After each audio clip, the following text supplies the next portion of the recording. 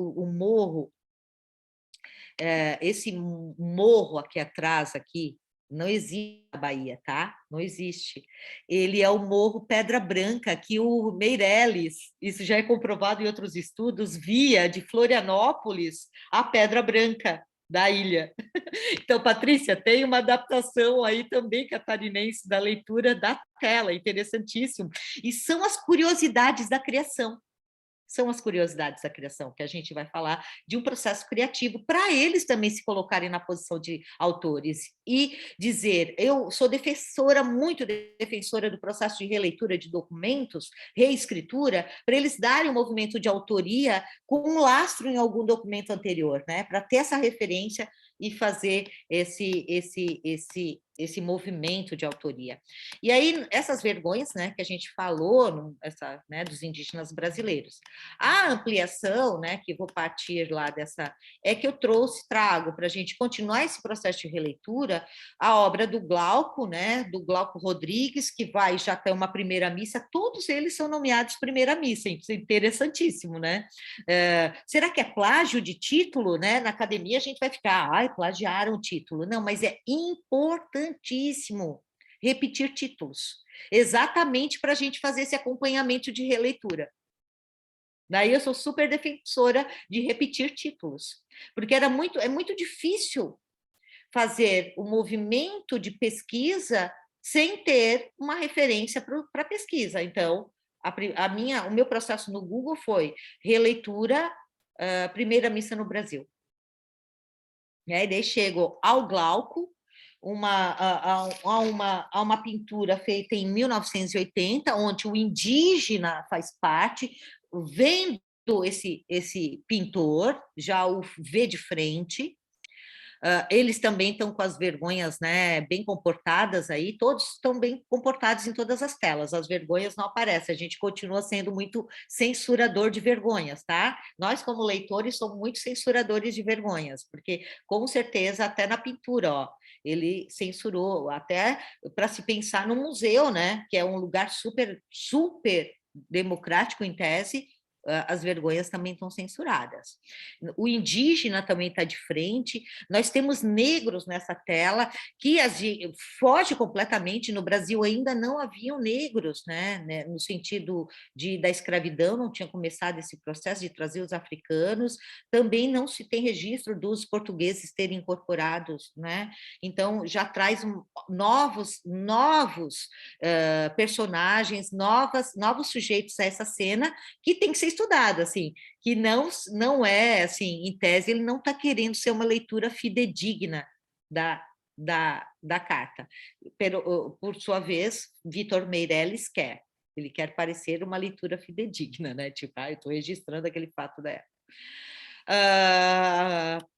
Ao lado, tem outra, também fazendo essa relação com Santa Catarina, que alguém fui atrás e assim, ele é muito forte essa reverberação de Vitor Meirelles para nós, porque tem esse quadro ao lado de 1996 e está no Museu de Arte de Santa Catarina e é um primeira missa no Brasil também. E ele foi pintado por César Campos Júnior, que é de Florianópolis. Olha só, mas já é outra perspectiva. Essa cena está muito mais ampliada aí, né? Ampliada, a cruz continua no centro como destaque, né? Mas aqui a representação dos indígenas está diferente, né? De uma certa forma com o que é feito anteriormente. Não parece tão organizado como o anterior. As cores também mudam, né? Todo mundo está menos indígenas, mas também todos também com as vergonhas censuradas. Todos continuam sem vergonhas aí, ou não, né? Sem uma relação com a expressividade deles, que eles andavam, gente. Então, assim, uma das marcas mais maravilhosas do Pero Vaz de Caminha, que é falar da liberdade indígena, não aparece nessas telas. Tá? É uma das questões que a gente tem que pensar, porque assim, o Pero Vaz de Caminha vai falar assim, como as índias são belas, como seus cabelos brilham, são longos, ele admira como eles são, né? Ele vai descrever a beleza também do indígena. E aí é censurado esse sentido. E aí, querendo também, falando de uma releitura que vai fazer uma conexão que a Carol acabou colocando na tese, quando ela faz análise, eu acho muito interessante trazer aqui, que é a primeira missa de Cabilha, que foi feita por um francês que é chamado Horace Vernet, em 1853, que é a chegada da igreja francesa em Cabilha, na Argélia, na África, gente. E é muito, e dizem que essa tela que inspirou Vitor Meirelles. Ele se inspira por causa da escola francesa de pintura, porque também, né, esse quadro está exposto na França.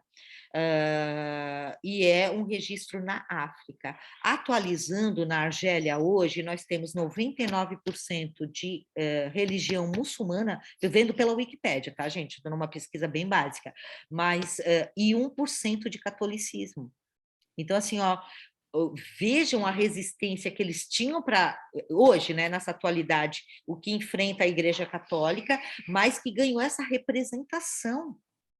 E dá para deflagrar muita história a partir de África, Brasil, Europa, pelas crônicas. Vocês veem como esses territórios, né, territórios tão distantes, são muito aproximados também pela crônica.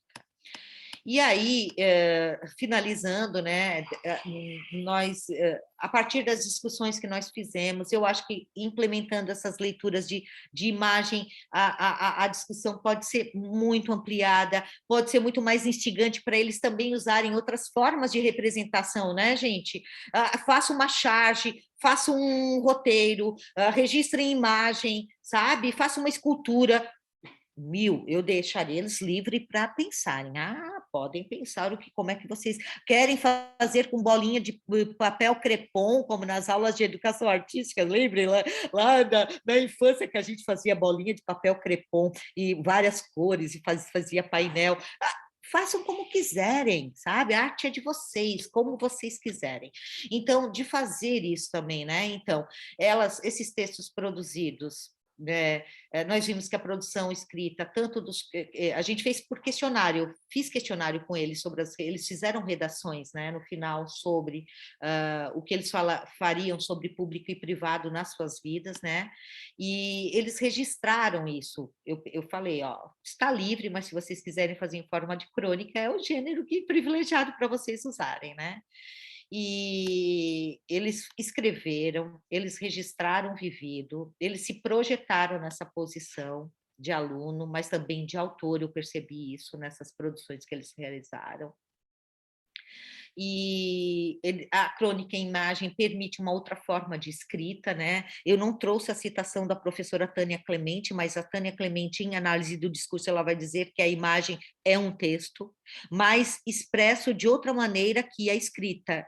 Ele é expresso na maneira de enquadramento, composição, cores, perspectiva, figurino, personagens, é outra materialidade. E aí a gente trabalha outros desdobramentos com os alunos que eles adoram. E essa posição de ler imagem com especialidade, eu vou chamar de teleleitor. É um leitor especializado para a imagem. E a gente pode estimular isso. É um leitor que se interessa por esse lugar. Né? E a gente pode trazer para a sala de aula.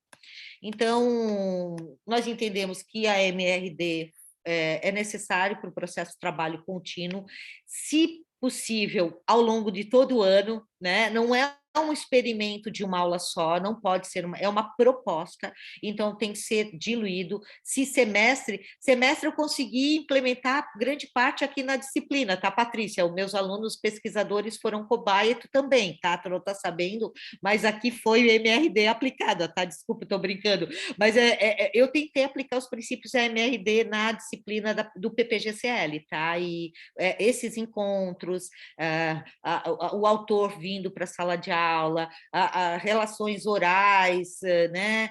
Produção de texto que eles vão fazer, tá dentro desses princípios. Eu pensei essa disciplina MR, multirrede discursiva, é em cima dos princípios multirrede discursiva.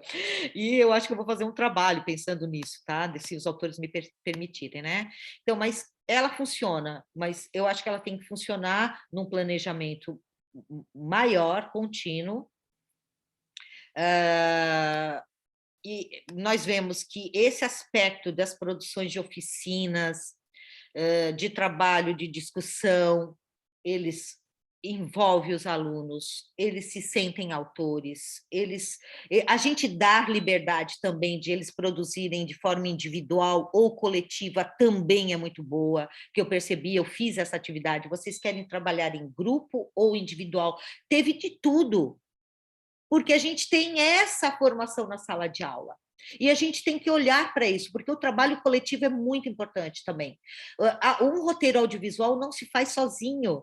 Muita gente faz o roteiro audiovisual junto, o diretor, o produtor, o figurinista, todo mundo, vocês imaginem, todo mundo, e eles têm autoria nesse processo. Por que não? Então, a gente pode fazer essa implementação para que eles tenham essa relação, né, com esse universo, com essa nova materialidade.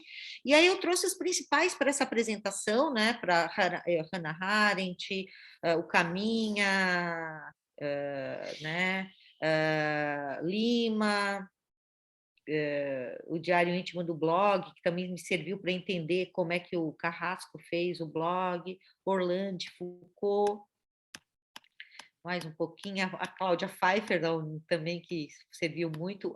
E o Marcos Reis, que é tão bonzinho, mas isso aqui, ó, esse livro é tão bom para ensinar roteiro audiovisual para o pessoal do ensino médio, assim. Então, a gente tem que saber, assim, olha, esse livro é para mais especializado, mas esse livrinho, assim, ó, para gostar de ler, é muito bom, uma boa editora. Que a Ática fazia isso, né? Uma editora maravilhosa. Serrane, as autoras do livro didático, eu lá, e, gente, agradeço. Não escrevi grata, mas estou muito grata a essa apresentação, de tê-los aqui, né? E estou aberta a perguntas, né, para a gente fazer o nosso debate sobre o trabalho.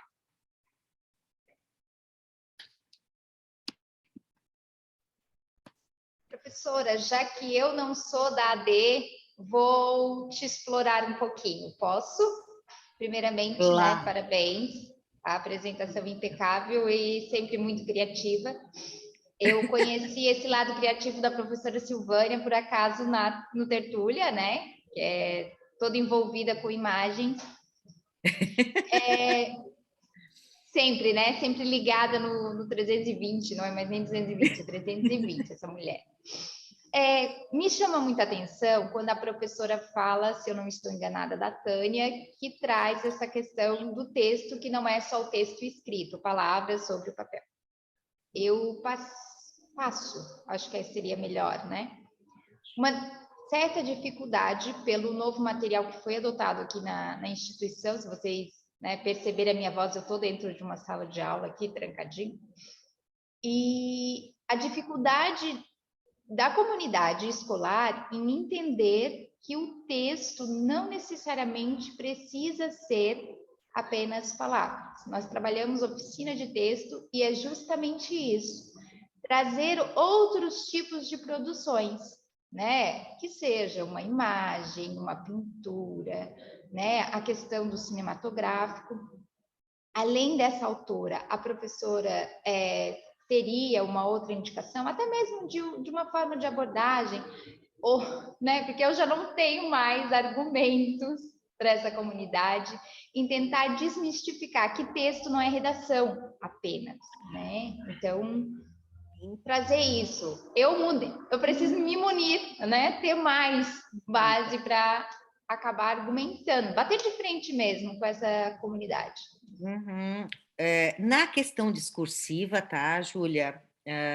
Eu vou te falar que eu estou muito interessada agora no Bakhtin. O Bakhtin fala sobre imagem, muitíssimo. Só que quem pesquisa Bakhtin não se dedica a esse campo especial. Eu estou escrevendo um artigo agora para sobre isso. Né? Então ele é uma palavra, ele é chave nesse processo, né? Porque ele já vai falar sobre gêneros, mas ele já fala de imagem. Ele vai falar da língua de imagem. Olha só que interessante. Só que a Tânia, vamos falar dentro dos aspectos discursivos. Eu acho que essa noção transcende o discursivo, tá, Júlia? Porque é o seguinte, a Tânia vai fazer um grande serviço para nós, que é exatamente quando eu falava para a Patrícia, nós da linguística, eu me sinto da linguística total, porque eu adoro pensar pela linguística. O signo, né? Quando a gente vai explicar o signo linguístico lá. Gente, o significante, ele está para essa imagem mental, com tudo que está lá do nosso inconsciente, para fazer essa relação com o significado, né? E assim, aí eu vou falar, aí eu vou escrever, e aí eu vou fazer cinema. Tá, Júlia? Isso que tu pode dizer. Daí eu vou fazer cinema, eu vou fazer pintura, eu vou fazer costura, moda. Moda tá aí, a moda tá aí, a moda tá aí, tá? Porque eu vou ressignificar esse no mundo. E aí eu acho a Tânia muito pertinente, porque sabe como é que ela vai fazer essa descoberta do texto de imagem? Olha só, ela como antropóloga vai para uma tribo indígena no Amazonas e ela vai fazer os registros do trabalho linguístico escrito e ela não consegue registrar porque eles vão se remeter à cerâmica. Não, a cerâmica, a cestaria, e aí ela tem que falar o que representa que a trama da cestaria representava um pensamento, uma história indígena, que a pintura na cerâmica era uma história indígena deles. Olha só! E a gente vai ignorar isso, Júlia. É como eles tecem a cultura deles, o registro deles. Então, eu faço a minha tese, eu vou falar sobre transfiguração discursiva. A transfiguração discursiva é exatamente eu sair desse campo da escrita e saber que esse signo ele toma outra forma, ele toma outro funcionamento pela imagem, que vai circular no livro didático, que vai circular na internet, que vai circular no cinema, que vai circular em vários lugares.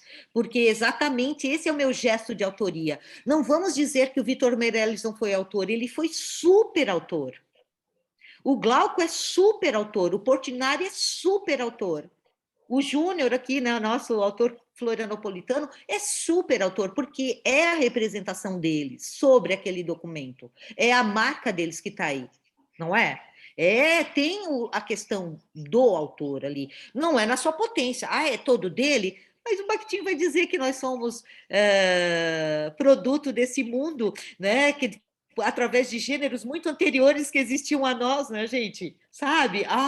Essa ilusão que o autor é o autor, algo muito único. Não, a gente é resultado do mundo vivido.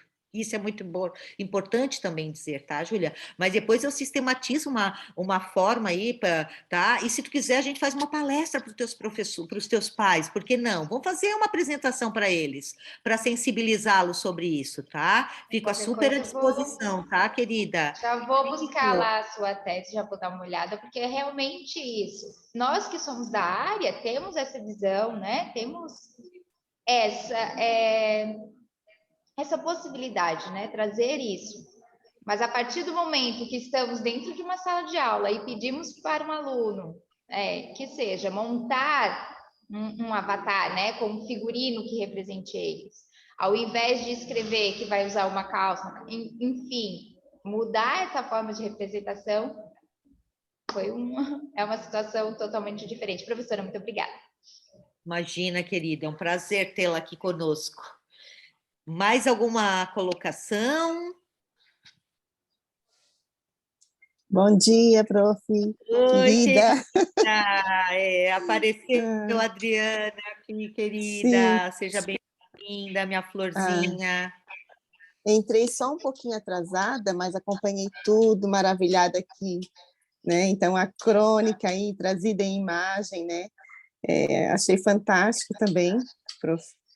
E acompanhando, né, nossos encontros do Tertúlia Literária, né? Nossos encontros foram maravilhosos também, aproveitando aqui para para externar ainda a minha gratidão por esses encontros e espero ainda estar participando muito mais, né?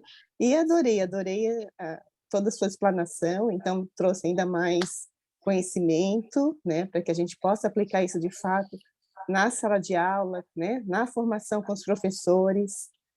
Então, parabéns. Obrigada, querida. Obrigada, ainda mais vindo de ti, que és professora, diretora, né? Para mim, fico super lisonjeada, Adriana, com certeza, de a gente fazer essa ponte com a escola, né?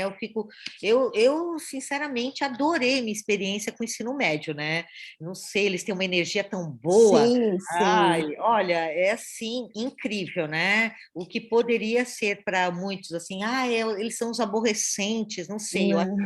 eu ainda tenho um pé lá, porque eu fico super feliz com aquela energia e tento canalizar para a gente fazer alguma coisa, né? E eles são super motivados para fazer. Eu acho que a gente tem que aproveitar esse momento. Então, a escola é muito legal. Por isso, Júlia, eu te me coloca super à disposição para ti, tá, minha florzinha?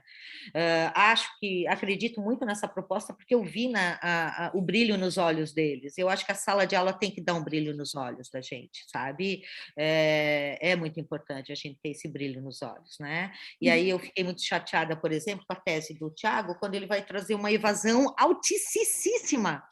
Eu disse, como assim? Não pode, não dá. A sala de aula tem que trazer esse pessoal de volta? O que está fazendo com que ela não, né? Quem sabe está faltando tertúlia literária lá, né, meninas? Tá faltando, tá faltando. Isso, né? Ai. Eu sou suspeita, eu adoro tertúlia porque eu acho que ele tem uma questão assim, que é essa fruição da leitura, né, meninas? Assim, a gente lê, discute, não tem nota, é aparecer lá, falar, e eu acho que tem essa liberdade que também a gente pode oportunizar na escola, né? E é muito, muito bacana, né? Então, até para vocês falarem um pouquinho sobre o tertúlia, as crônicas também, que é o espaço, é o nosso gênero, né? Coloquei a Gislaine, a Vanilda também está aqui. A Vanilda trouxe a Urda Krieger. Eu sei que a Vanilda não está na tela, porque a Vanilda está com os Não, eu já estou pronta. tá. Eu ia falar que tu estava de tratamento de saúde, tadinha, minha lindinha, mas ela está dodói. Mas que bom que tu está aqui, Vanilda, minha linda. Bom Fala um pouquinho dia. da Urda, daquele nosso do encontro no Tertúlia, como é que foi a crônica, porque eu acho que é muito legal também. A Vanilda pesquisa romance histórico, mas a nossa autora também é cronista, né, Vanilda? A Sim, Urda. sim. Primeiramente, bom dia a todos, né? É um prazer estar aqui te ouvindo e ouvindo a todos, né, nessa discussão que é tão importante. E sobre o nosso encontro com a Urda foi incrível, assim, foi fantástico, porque a Urda, ela é uma romancista, né? Ela tem mais de 25 romances já publicados, mas ela é uma grande cronista também. Ela tem mais de 700 crônicas e foi incrível assim o que ela trouxe assim. E ela é uma pessoa tão simples e vai conversando de uma maneira tão legal. Foi simplesmente incrível aquele encontro. E eu aproveito também, professora, para te parabenizar por aquele encontro que assim, ó, eu já estava para te falar isso, que assim, ó, foi um sucesso também pela tua articulação, pela tua simpatia, porque às vezes os mediadores eles não têm tanto jogo de cintura assim para as situações.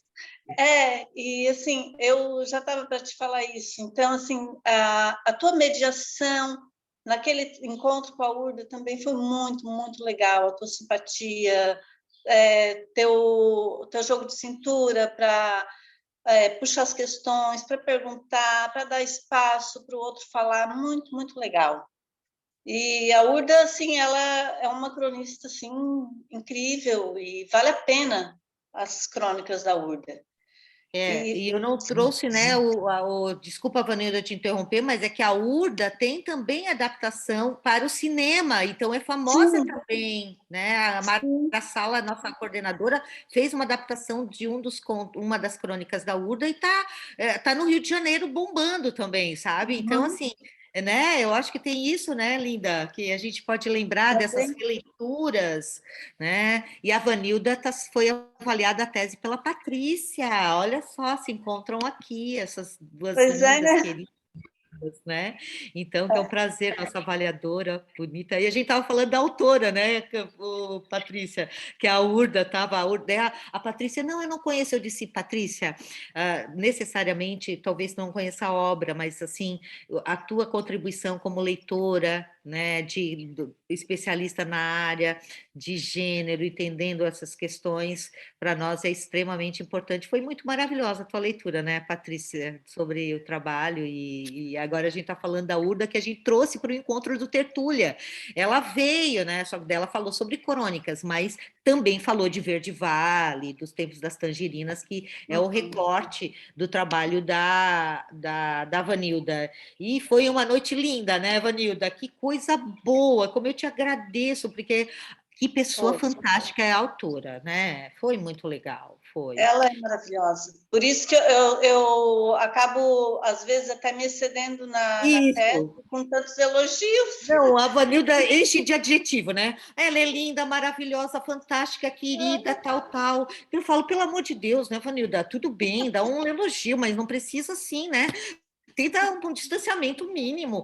Aí daí eu fica complicado, a orientadora aqui, fazer com, né, distanciamento científico. Poxa, qual é, né? Sou eu que tenho que cortar? Não, por favor, né? Porque, querida, ela é muito contagiante, né? Com as questões a Urda pega a gente pelo coração, não tem jeito, né? E é A isso, é a minha literatura, né? a minha orientadora passa trabalho com isso. É Ah, tudo mas, simples. prof, deixa eu aproveitar esse espaço para agradecer à professora Patrícia também pela leitura, né, da minha tese e pelas contribuições também que foram tão importantes. Estamos aí trabalhando, Patrícia, tentando fazer os ajustes necessários, os cortes necessários também e os acréscimos, né? Então, muito obrigada pela tua leitura, tá? Tá. Eu que agradeço o convite. E quanto à sua apresentação, Silvânia, eu sinto assim que eu tenho uma espécie de vácuo em termos de imagem e arte brasileira e tal. Então eu adoro escutar porque aí eu vou aprendendo muito, né, sobre artistas que não conheço e ligando com esse tema da linguagem, que é nosso objeto amoroso. Então, muito interessante, acho, essas conexões, né, que você fez e que conseguiu que os adolescentes fizessem também, né? Isso é muito legal. Oportuniza muito, Patrícia, mesmo. Muito obrigada. É assim, eu queria trazer para te homenagear, mas eu não consegui. É um trabalho que eu tinha apresentado com as meninas, eu estava falando antes de começar. A gente apresentou a Tarsila do Amaral, que é uma grande artista, né? Inclusive, a obra está em Buenos Aires, né? A Sim, exposição. essa eu conheço. Isso, Tereza. Então, ó, a Tarsila foi uma das crônicas que a gente leu no Tertúlia, e, por exemplo, a partir da crônica escolhida, que foi o artista, né, ela vai falar sobre a função do artista, a gente estabeleceu uma relação muito linda com Buenos Aires e com o México, com o movimento revolucionário, com o movimento muralista, e tem coisas lindas. Eu queria ter trazido para essa apresentação, mas eu tenho que ser para outro momento, porque e foi muito legal, né, Júlia? Aquele painel da democracia que é com seios, assim, a mostra, assim, muito linda. Eu abri a disciplina com aquela tela, tá? No multirrede, porque muito representativo, sabe, Patrícia? A relação que a crônica permite de circular na América Latina. De circular na América Latina, assim, ó, e dá uma... E assim, na Argentina, o painel o painel feito pelo Cisneiro, que é outro artista, né? Esse artista muralista mexicano que vai a convite para Buenos Aires, acaba sendo quase destruído porque uma mulher ciumenta, ao ver, né, as partes da amante do pintor, né, projetada, jogou ácido na parede, jogou ácido, depois foi demolida a parede, e aí eles conseguiram encontrar isso na Argentina e reconstruíram no governo Kirchner, e agora está exposto, eu não consegui ver ainda, eu quero ir para a Argentina só, mesmo assim, ó, um dos motivos, além de te ver, tá, Patrícia, é ver essa obra de arte, tá? Porque assim, diz com certeza os amigos, mas vê essa. Então, assim, é um percurso. E olha só que interessante, ácido. E foi uma noite, né, meninas? Essa noite foi agitada com a Tarsila, né, Júlia? A Júlia estava lá, ela ficou emocionada de ver a Tarsila sendo contada de outra forma. Porque daí a Tarsila também é só vista como pintora, entendeu, Patrícia? Não, ela é uma grande cronista. Né? E isso é interessante de Não mostrar. sabia disso. Isso, ela é uma grande cronista. Ela tem uma. Ó, deixa eu ver se a antologia dela está passando. Ela tem uma antologia enorme, mas não está aqui. As minhas antologias andam por aqui, eu não tinha selecionado. Mas ela é uma grande, ela tem uma antologia, ela produziu crônicas durante décadas, 2 décadas que escrevendo crônicas. E assim, e a gente não fala isso, a gente só fala da pintura da Tarsila. Então, esse movimento do ir e vir é muito importante para mostrar para os pais, né? Que essa relação é muito. É uma coisa.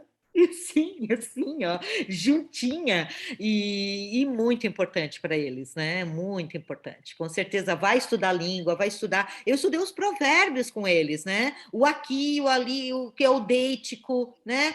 Na língua mesmo, não precisa, mas dá para fazer outras coisas juntas também, e eles acham o máximo. Mas o que é o aqui e o ali na internet, gente? O que é o aqui e o ali na internet? Entendeu? Olha só como tomam a dimensão dessas.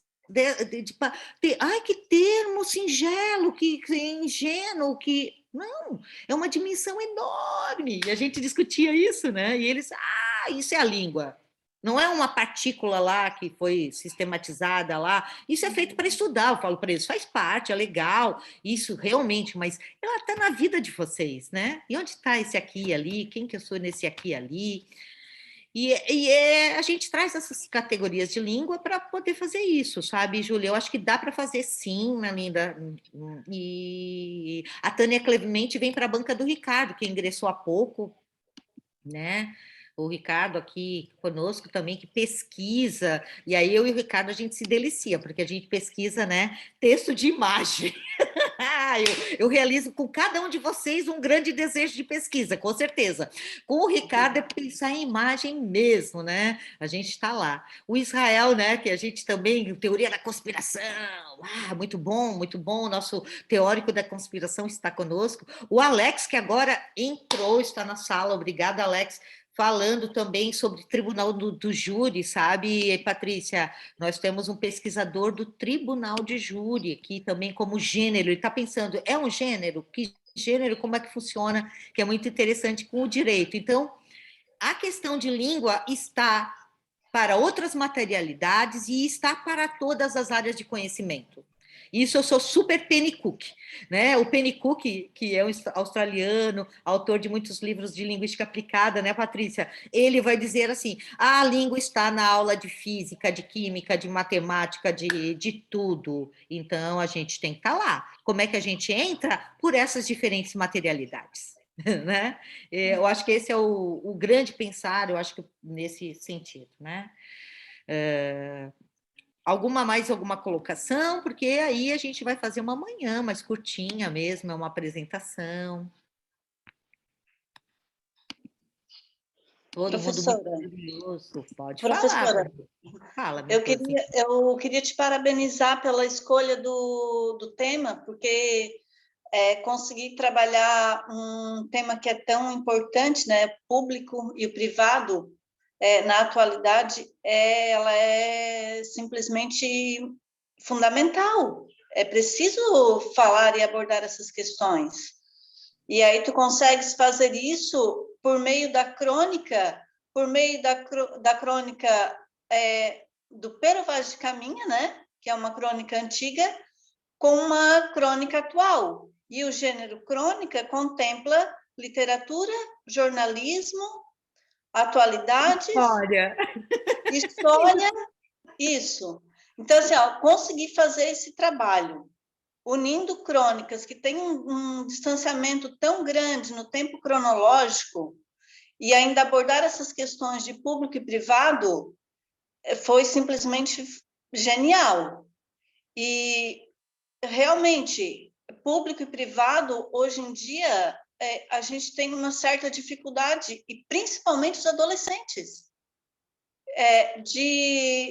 o que você falou antes, que as coisas ficavam num diário, hoje em dia elas não ficam mais.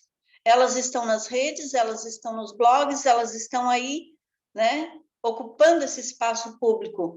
E aí eu digo principalmente os adolescentes, porque às vezes eles não têm muita noção do que pode ser exposto, do que não pode ser exposto, do que pode ser público, do que pode ser privado. Então, trabalhar essas questões e por meio da crônica foi genial e muito importante, porque essas relações de público e privado, dependendo das situações, elas podem causar danos, muitas vezes, irreversíveis. Então, é preciso ter essas noções do que pode publicar, do que se deve publicar, do que não se deve, né? Enfim, é isso. Obrigada, Vanilda, por fazer essa colocação, porque realmente, assim, Vanilda, na hora de pensar, até a própria Serrânia, assim, meu Deus, como é que tu vai fazer tudo isso daí que tu está querendo? Ela falou na época. Mas eu disse assim, para mim é tão evidente, para mim é tão evidente, eu vou conseguir fazer, fica tranquila que eu vou conseguir fazer. Por quê? Eu enxergava isso, sabe, Vanilda? Eu vejo isso com as minhas aulas de comunicação social, publicidade, propaganda, jornalismo, nesses universos, né, que eles sempre estão pensando em compartilhar coisas. E eu queria fazer que os alunos também vissem, eles fazem os nudes, né? Ai, compartilha o nude ou não, né? Gente, isso é muito sério ou não? Né? Vamos pensar, sério ou não? É sério, porque é só, as vergonhas são censuradas, inclusive ali na arte. Então, assim, é um lugar de se pensar muito, né? Eu digo essas vergonhas, né? Sentido, né? Mas todo esse termo do corpo, das formas, então pensar nisso pela adolescência, eu também acho, é isso. Eu acho que tu pegaste, eu não evidenciei, mas é próprio mesmo para eles pensarem nesse momento, né? Sobre esses, como ocupar, como se representar, como compartilhar coisas. Era uma preocupação grande. Quando eu falo né? desses danos que podem ser irreversíveis, eu me refiro justamente a esse momento do nudes. E assim, ó, é tudo tão rápido, né? Se E no expande de uma forma impulso, né? Se Isso. você não tem um pensamento prévio a respeito do que pode acontecer, por exemplo, eu já pensei sobre isso numa aula. Você com certeza vai ter outra informação do que só o impulso, né? Então, assim, né? Então, já discutir isso é bem importante. As responsabilidades podem decorrer daí também, né? Quais são as responsabilidades de quem, se existem leis, né? Daí a gente já mobiliza o pessoal do direito aqui da turma, né? Qual é o direito aí envolvido nesses espaços e assim por diante, né? Porque realmente não é algo, mas é algo que também muito de responsabilidade, né? Porque isso mexe muito com as famílias também, né? Pode, né? Então tem que também ser falado. Acho que isso envolve, com certeza envolveria um projeto pedagógico bem grande, sabe, Vanilda? Bem grande, mas eu acho que bastante pertinente para o momento vivido, sabe? Bastante. O livro saiu em 2020, bem no início da pandemia, então a gente ainda está sabendo como é que ele foi absorvido, né, Patrícia? Ainda a gente está naquela questão, né? Mas eu acho que ele vai ter uma repercussão, até porque a gente está divulgando, falando sobre ele, vendo, né? Então já está contagiando alguns outros pesquisadores, aos poucos a gente vai adentrando com essa proposta na sala de aula e na academia, né, Patrícia? O Ricardo, né? O Ricardo está aqui que fala, ó, um bom corpus de pesquisa é investigar a história da censura na arte desde antes do Renascimento, traria grandes discussões. Com certeza, Ricardo. A censura, a gente vê, né? A censura Tá ali, né? A própria tela do Vitor Meirelles já fala tudo, né? Então, eu trouxe nessa discussão do no capítulo sobre essa censura, eu acho que tem que ter nas artes o envolvimento, né? O romantismo, né? Também é bastante censurador. Os movimentos artísticos têm muita censura, de forma geral, né? Desde sempre. Eu e o Ricardo, a gente analisou, por exemplo, uma tela na Capela Sistina, aliás, a criação de Deus, né? A criação de Deus, que são dois homens, né? Gente, que absurdo isso, né? Para nós, em termos de imagem, dois homens. Como assim? Cadê a mulher? Cadê a mulher nesse, né? Ai, Deus e Adão, né? Que história fácil para contar uma versão masculina do mundo, né?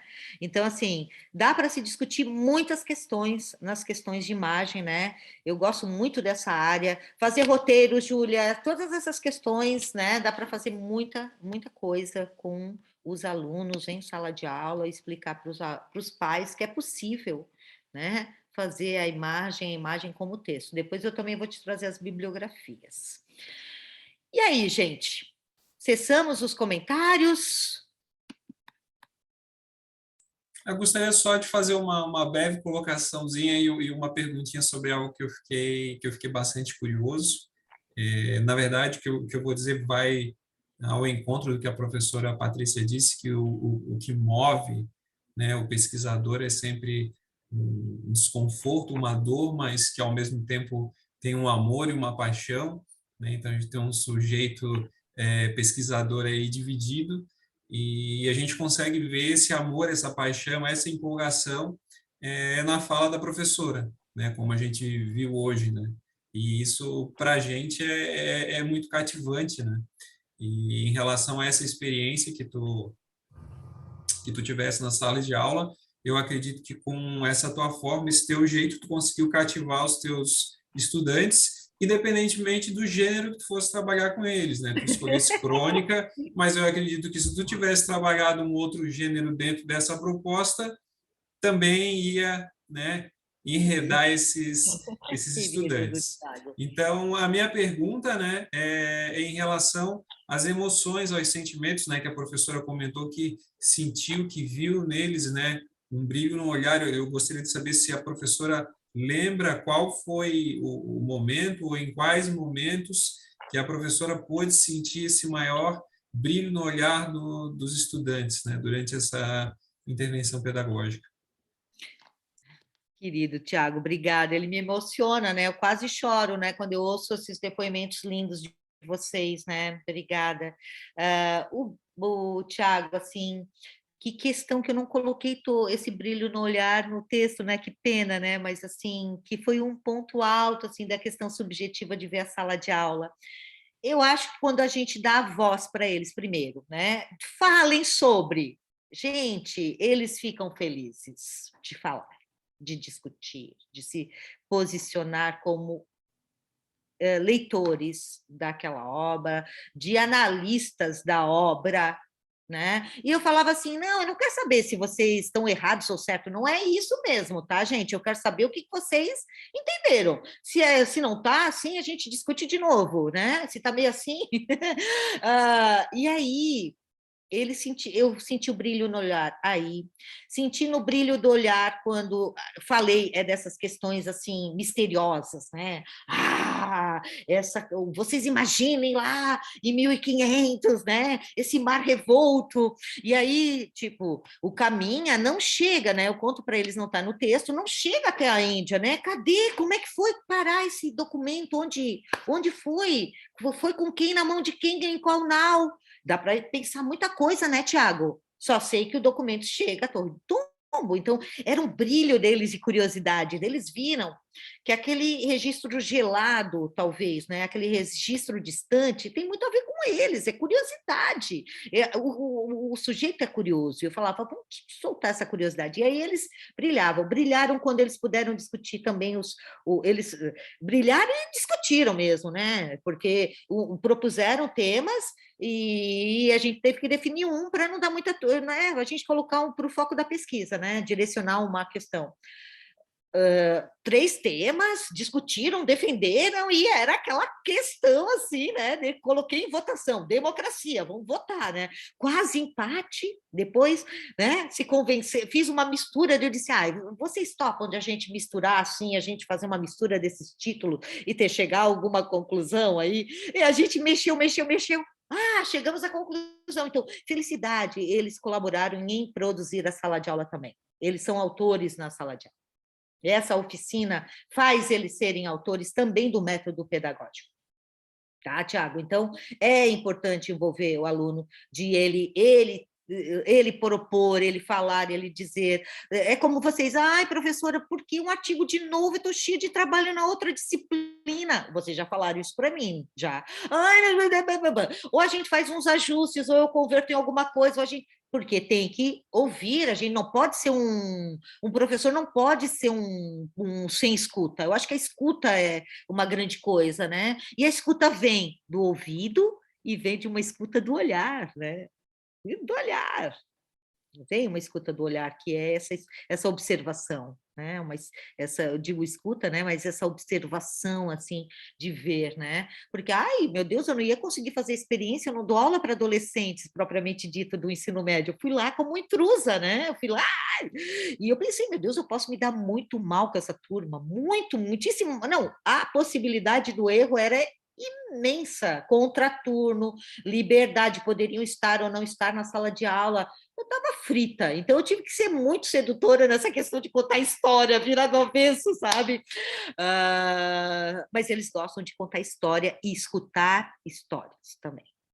Curiosidades, essa questão de bastidores, né? Que é isso, tá, Júlia? Por exemplo, bastidores, o processo criativo, como eu formulei, fabulei, isso também para os pais, isso também não faz parte de escrever um texto, eu tenho que viver.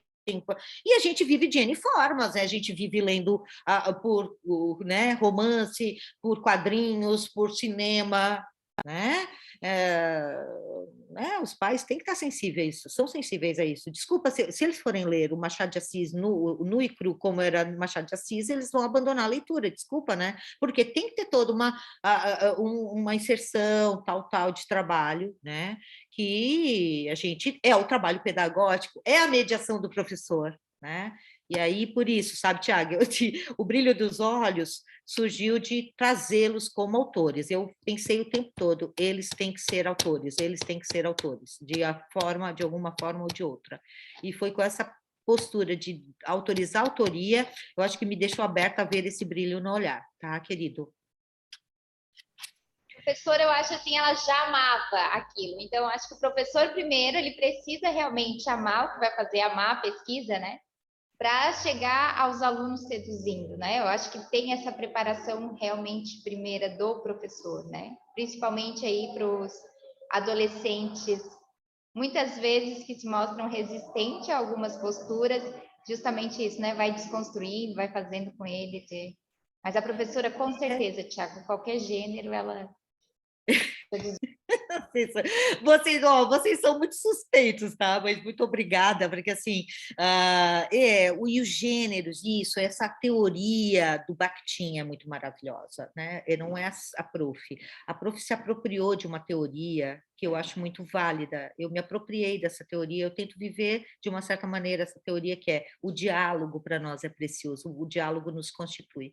Então, assim, se a gente pega uma teoria e tenta aplicar, viver essa teoria de uma certa maneira, eu acho que a bakhtiniana é uma teoria maravilhosa para isso, né? O diálogo, o privilégio é o diálogo, se nós nos constituímos no diálogo, respeitar o outro, respeitar a história de vida do outro, o gênero discursivo, ele delimita esse corpo, para sistematizar um trabalho que a gente precisa isso na questão científica, né? Então, realmente, a teoria vai também ser um grande instrumento para isso, tá? E a MRD, com a Serrani, né, que ela sistematiza, né, esses tópicos organizando para fazer isso, ela é a gênia, né, da metodologia. Né? Ela dá esse pó de pirlim-pipim para a metodologia, que é sensacional. Aí é uma prática de MRD. né? E eu sei que realmente, para mim, a meu ver, funciona muitíssimo, porque ela pega essas dimensões do sociocultural, da língua, né? E das práticas, né, de linguagem para fazer esse movimento em sala de aula, tá, Tiago? Então, assim, os três componentes fazem a sala de aula se movimentar mesmo. Isso é interessante, tá? Não, eles não são estanques, porque eles trabalham simultaneamente e a gente vai fazendo gestos, né, para essa busca dessa autoria com isso. Claro que, para mim, assim, cena enunciativa, para mim, ao estudar imagem, é um conceito-chave, né? Mãe Guénot trabalha muito esse termo, cena enunciativa, mas é isso, tu enquadra esse sujeito nesse lugar e o coloca aí como autor ou como interlocutor, o que ele quiser ser representado. Então, é uma palavra-chave também para estudo de imagem, tá, Júlia? Porque eu acho que assim, né? O texto da Tânia, depois eu te passo, porque ela é muito didática, né? Então, vou passar o meu também da transfiguração para ti, que já é uma síntese da tese, tu não vai precisar ler a tese, Tatinha. E né, a gente tem que ajudar com a divulgação científica. Acho que é isso, né? Tem que ter... e tem que gostar, a gente tem que quando vai falar do gênero, tem que estudar o gênero, com certeza, porque tem muita produção. A gente não inicia com o gênero, né? Tá aí o Israel, né? Israel, por exemplo, Israel estudou teoria da conspiração, e assim... o Israel deu uma saidinha, teoria da conspiração. Ele sistematizou a apresentação da teoria da conspiração na análise do discurso, que foi muito novidadeiro, mas teoria da conspiração existe desde que o mundo é mundo, né, Israel? A gente viu Desde que o mundo é mundo, né? Desde os tempos mais Isso. primórdios, inclusive com historiadores, com autores consagrados. Por exemplo, Dion Cássio. Primeira grande teoria da conspiração, pelo menos que se tem história, né, das mais conhecidas, é a ideia de que Nero colocou fogo em Roma. E é algo que ressoa até hoje, né? Que produz efeitos até hoje, mas é uma versão muito contestada por historiadores que vieram anos depois. Então, desde que o mundo é mundo, aí a gente tem conspiração por aí. Isso, mas só que o Israel vai fazer, pela teoria de gênero discursivo, uma organização para fundamentar como a teoria da conspiração funciona a partir dessa pesquisa. E ajuda muito, gente. Né, Israel? Foi muito legal ver o que se repete, o que não se repete, o que está silenciado, né? É muito interessante pela questão discursiva. Né? Eu acho que foi muito válido, adorei estudar a teoria da conspiração, ainda estava falando de ti anteontem para a Vanielle, por exemplo, quando tu estudasse boato, o Patrícia, ele é especialista em boataria, teoria da conspiração, Israel gosta dessas questões, sabe? Ele estudou boato na dissertação e ele descobriu, né, que os protocolos dos sábios de Sião, que é inspirado no Minha Luta, de Hitler, né, e é inspirado numa novela, né, Israel, um romance, uma novela chamada Biarritz, né? Então, assim, ele puxa um monte de referências, né? Ele puxa, por exemplo, um ensaio filosófico francês, que é um diálogo que um autor desconhecido produz, é quase um plágio, mas todo o background que se dá para os protocolos é com base em alguns romances da época, como o Biarritz. Tem um outro também, mas agora não me vem à mente. E aí acabam que os protocolos são citados no Minha Luta pelo Adolf Hitler. É um negócio horroroso. Isso, então assim, eu fiz o inverso, né? Eu botei Minha Luta depois antes. Mas é isso, assim, os gêneros nos fazem criar um caminho possível de andar para organizar essa pesquisa, né? Então, como o Bakhtin vai dizer que os gêneros nos constituem, né? nos fazem ser a língua, né? Representam a língua, constitui a língua, é porque a gente aprende em forma de gêneros, né? Então, se a gente aprende em forma de gêneros, Por que a gente não pode organizar para os nossos alunos aprenderem com mais facilidade essa organização, né? Por que a gente tem que dificultar a vida deles, né? Então, os gêneros eu acho que os gêneros discursivos são extremamente importantes para fazer esse vínculo com eles, né? Então, acho que convocados, né? Eu não quero ser aquela prof, né, de terminar nossa, né? A Adriana, querida, minha linda da Adriana, obrigada, parabéns, ela está dando encaminhamentos de ensinar. Gente, eu acho que é isso, né? Eu vou, né, agradecer a presença da Patrícia, do Alex, do Raí, da Vanilda, Christian, Bianca, Ricardo, Adriana. Deixo aqui a Júlia, minha linda, o Tiago, a Gislaine. Esqueci de alguém, o Israel, não olha? Não posso esquecer, né? Que esqueci de alguém, de falar de alguém? Não posso. Tá todo mundo aqui, né? Vaniele, minha linda, por essa manhã maravilhosa, é muito bom falar do que a gente pesquisa, tê-los como interlocutores, assim, é um privilégio mesmo, privilégio, porque nós falarmos com uma plateia especializada é muito maravilhoso. Tá?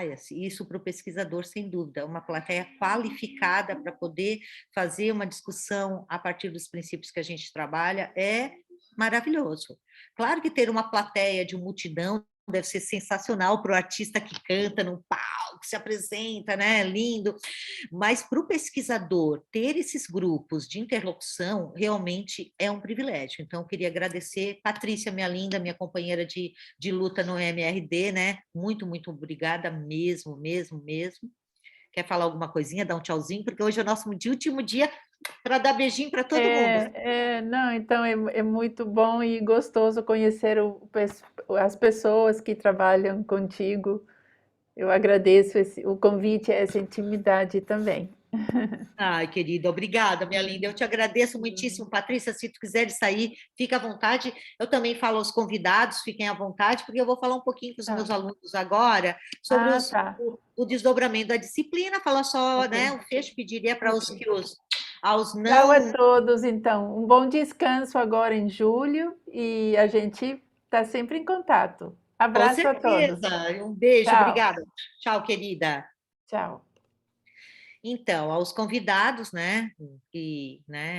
Tchau, Alex, obrigada pela presença.